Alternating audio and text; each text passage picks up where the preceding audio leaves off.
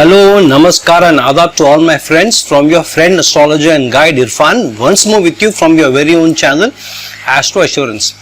Sometimes people come to me after their astrological analysis is over or even during or before and ask me whether they have a second marriage in their horoscopes or the chance of a second marriage. So the first question I ask them is that, are you in a committed relationship which you are ready to let go of? Or were you in a committed relationship which you are ready to let go of, or you have already ended that relationship and you're ready for another one? Is that so? When they say yeah, then the first thing I tell them, yeah, then you have a chance of a second marriage, surely. Why do I say that rather than looking into the horoscopes first? Because one thing which is very important to understand is that horoscope is not a guarantor of any result in your life. The horoscope or the planetary placements in the horoscope just give you more opportunities to manifest a certain result. For example, if there is a high chance of a job during a certain dasha and during a certain transit, that doesn't mean that the job will absolutely come to you. For the job to manifest itself, the first thing you need to do is to be prepared to take the effort to go and apply online or reach out to your extended friendships or friends or social network and look into your professional network and reach out to them and ask for a job or apply for a job. And then when an interview call is made, you need to go and attend the interview and you need to put your best foot forward and you need to show that you are keen to do that job. And then take the job and show up. If you don't do any of these, then the dasha period or the transit cannot give you a job. So if you are sitting on your haunches expecting a certain result to come in your life, it will not come to your life just because of a planetary placements being in a certain way. Same thing is the story of the second marriage or the second relationship. The second marriage or the second relationship will not happen just because there are planetary placements there. Of course, planetary placements will give you higher chances or higher proportion or ratio for it to become a possibility.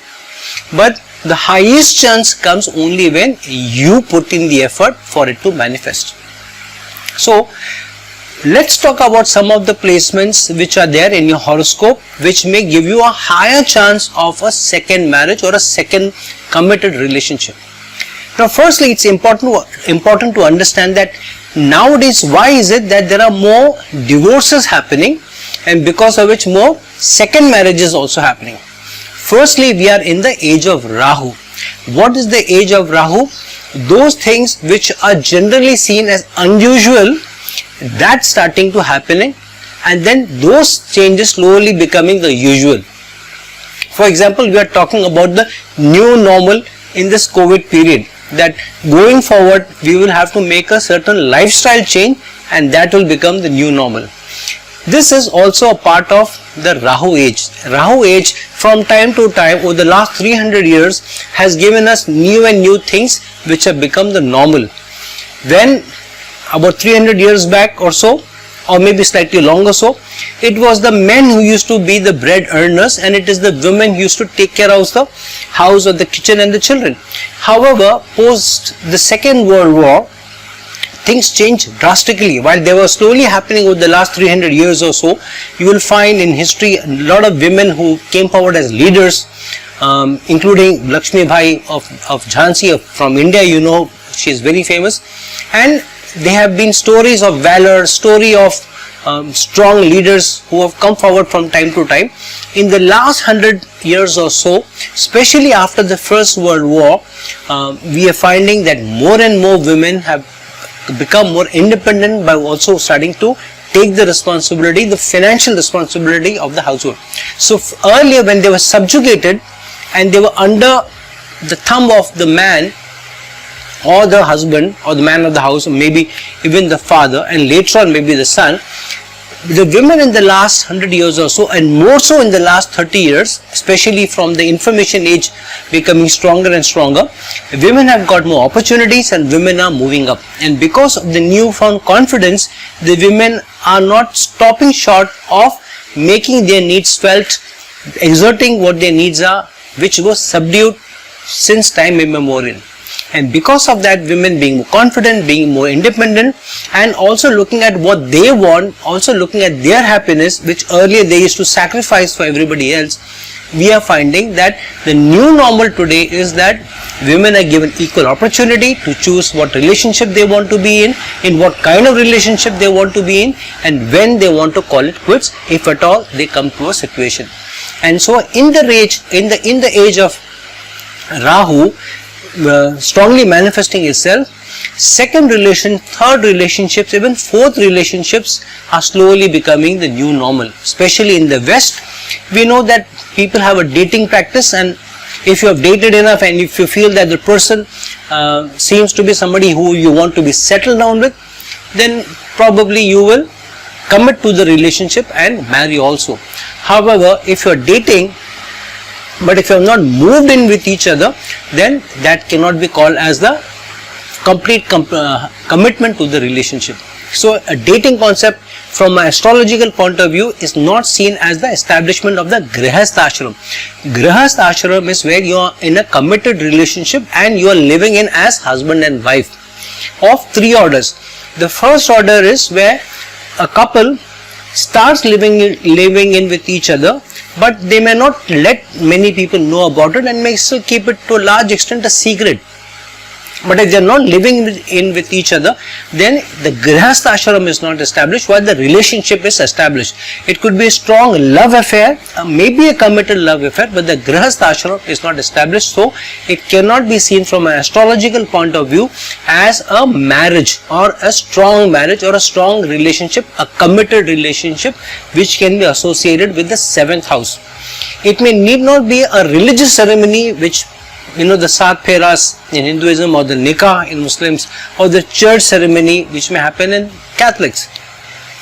However, the 7th house comes into play whenever the commitment is made that I am now with you and I am not afraid to acknowledge it. So, moving in with each other, living together in a Grihastha Ashram and acknowledging it to society is where the relationship is taken as the first marriage or a first committed relationship and a Grihastha Ashram being established.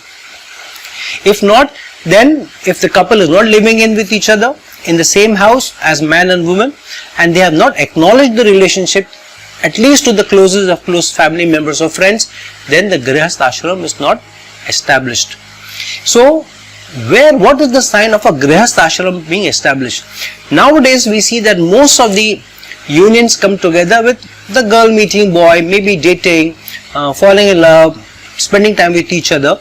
So the 5th house is into play. So nowadays the 5th house is the precursor to a large extent to the 7th house. So if the 5th house is not very strong and if the 7th house is not very strong, then a relationship which starts with a love affair or dating and culminates into a marriage may not be possible and may not be seen. If this 5th house is very strong but the 7th house is not, then it could mean a person gets into a committed love affair or relationship, maybe for a year or two or maybe 3 years, but does not eventually live in with each other, or if they live in with each other, they are not able to sustain the Grihastha Ashram beyond a few months, maximum of a couple of years, and so the relationship breaks. So the Grihastha Ashram is destroyed or is dismantled even before the foundation, a strong foundation is laid. So such a relationship where the 5th house is strong, so the love affairs are the precursor to a marriage or a committed relationship, but the 7th house is not very strong, will lead to an eventual collapse of the Grihastha Ashram of the 7th house, and that's where the chance of a second marriage comes into play. However, what is the 3rd house in the horoscope? The 3rd house is the house of effort, and you manifesting your own self-enterprise, a strong choice that you make. The self-enterprise comes from a choice that you make in life. So the third house is the house of effort and self-enterprise you take from the Lagna. That means through your life, what are the choices that you're going to make, which are going to manifest or create opportunities or changes at your life level, are seen from the third house. So the third house from any house is the culmination or the projection of that house. For example, the fourth house is the third house to the second house.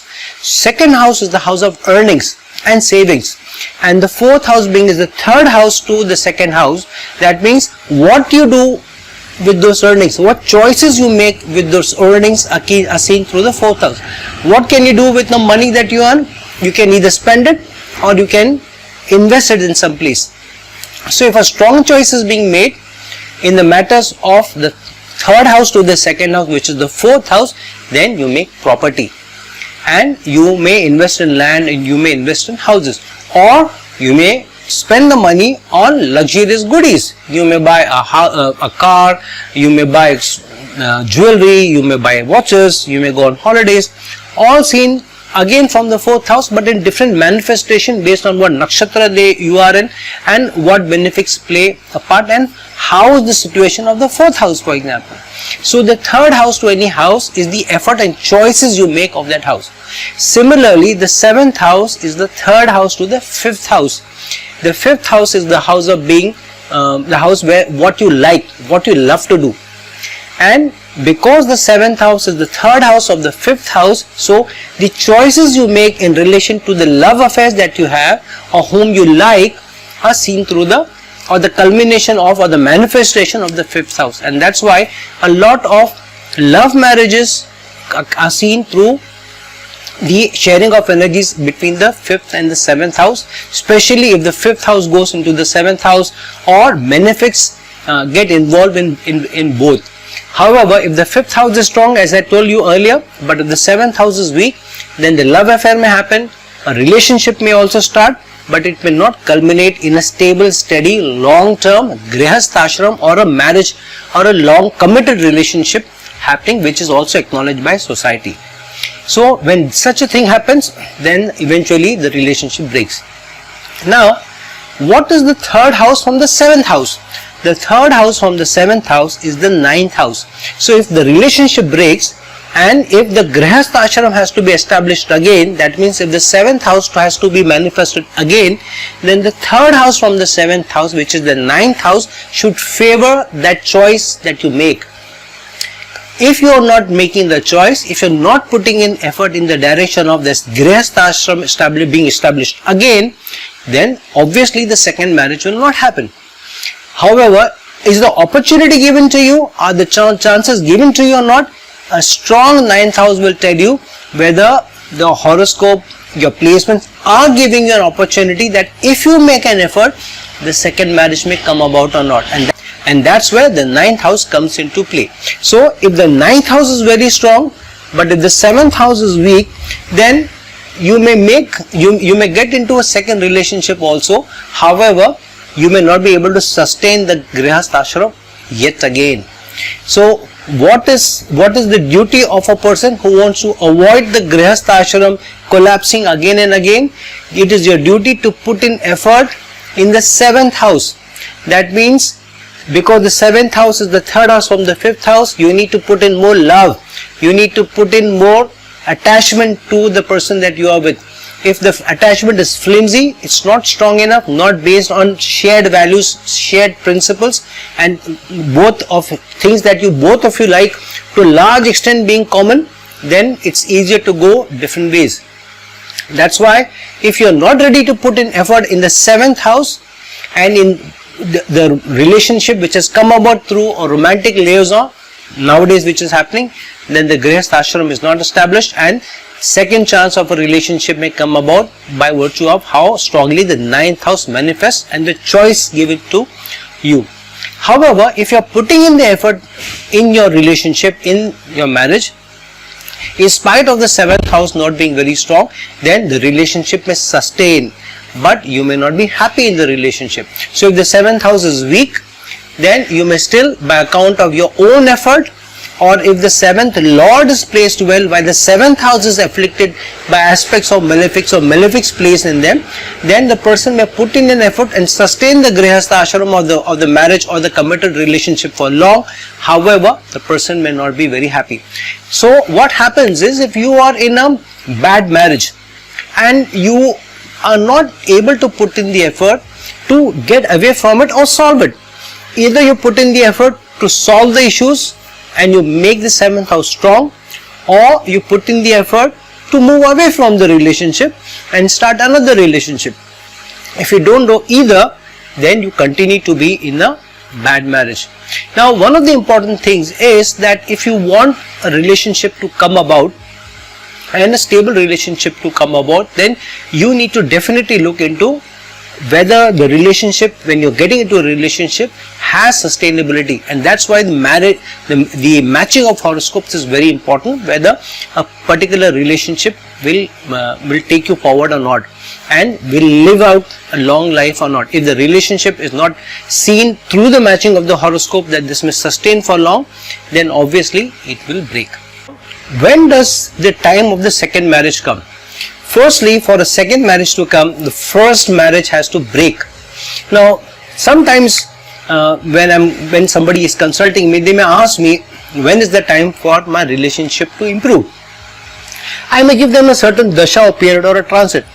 But sometimes when the dasha or transit comes, they come back to me and say, but nothing has improved. Nothing has changed. So if you are expecting a magic wand that the planet is going to churn and the relationship will improve, it will not. Without you putting in the effort, it will not. Or what happens is that because the situation remains same or in fact deteriorates, why does it happen? Because a choice is being given to you to either improve the current relationship, to put in the effort, or get out. I have seen that when the time period for a better relationship starts, many times the older relationship is either sorted out, where the couple sits down, has greater wisdom, somebody also plays the counsel and they sort out the issues, and then the stability comes in the union, in the marriage, or the sorting out happens by both bidding goodbye to each other and ending the relationship, and within a short period of time, within a few months, maybe 6 months to a year, another relationship happening, a better relationship happening, and they being happier than that. So if your relationship is going through huge turmoil and if a better period of relationship is coming, two things will happen. One, opportunity will be given to you where the turn of events is in your favor to sort out issues in your current marriage. But for some reason you are not able to put in both. Only one person putting in the effort may not be enough, because you may feel that I am putting in the effort where the other person is not. Then you may take a call on the marriage and you may say, I want to go my own way. And that's when the second marriage's opportunity starts. You cannot start the opportunity of a second marriage while still being in a committed relationship. So you will need to take a call, you will need to put in the effort to either finish off the last relationship through and move on, or stabilize that marriage through sitting down with the spouse and sorting out issues. So the 9th house being strong, it also gives you a second chance in your same relationship.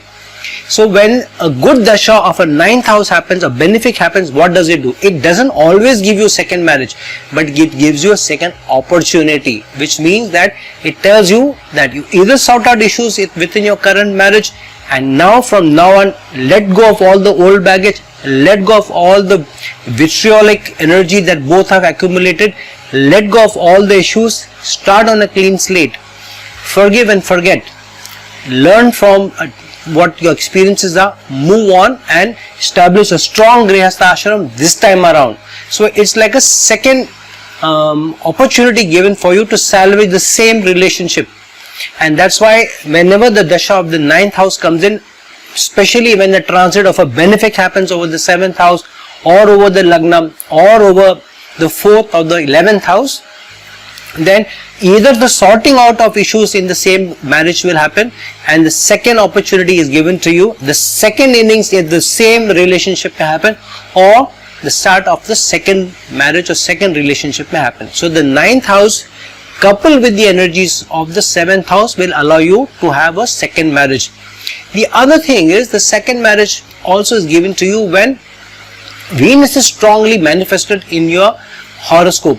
If Venus is very strong, then different choices will keep coming to you in terms of getting into a relationship with.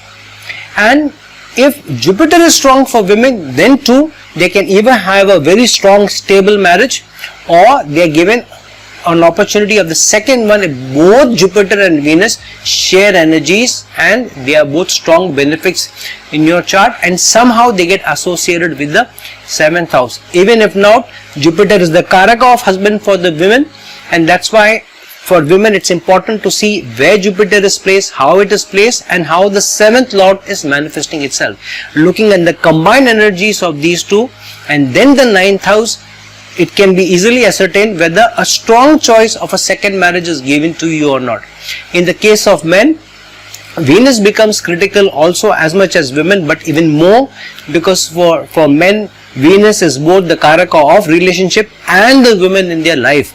So if Venus is strongly afflicted, then the man can struggle with his relationship, and many times he may have small flings and even affairs, but a culmination of the Grihastha ashram or settling into a Grihastha ashram, fructifying the relationship of the 7th house may not be seen, and the man will struggle in one relation after the other, and the marriage will not happen, or the second opportunity given of either stabilizing the current relationship that he is in, or letting go of that and starting the second relationship in which he can be happier, and that is steady and stable for long, may not happen. So second marriage is seen both from the 7th house and the 9th house, of how they share energies and how they manifest. However, without you taking the effort, and the 9th house will allow you to take the effort, and the 3rd house also, because it is the 3rd house to the Lagna, and the Lagna is also very important where marriage is concerned, because the Lagna is your reputation, is your respect, your standing in society, and society looks at you. So if you are somebody who is breaking off relationships again and again, then how will society look at you? Society will not look at you as somebody who is stable, who can be in a committed relationship, who gives importance to relationships, and is a person who also has a level-headed mind and a level-headed approach to relationships. The other important thing to see is whether Rahu is somehow getting associated with the 7th house, because it is the age of Rahu. Rahu gives unusual relationships. Rahu gives unusual situationships, which are situations because of which a person may let go of one relationship and start the other.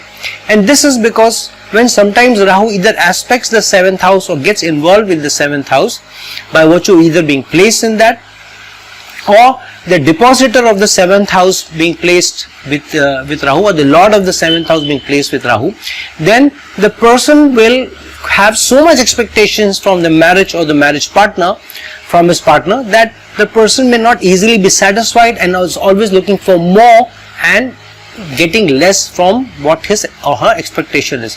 And because of they expecting more and getting less, then slowly they feel that this relationship is not serving them, and it is better for them to move out of the relationship.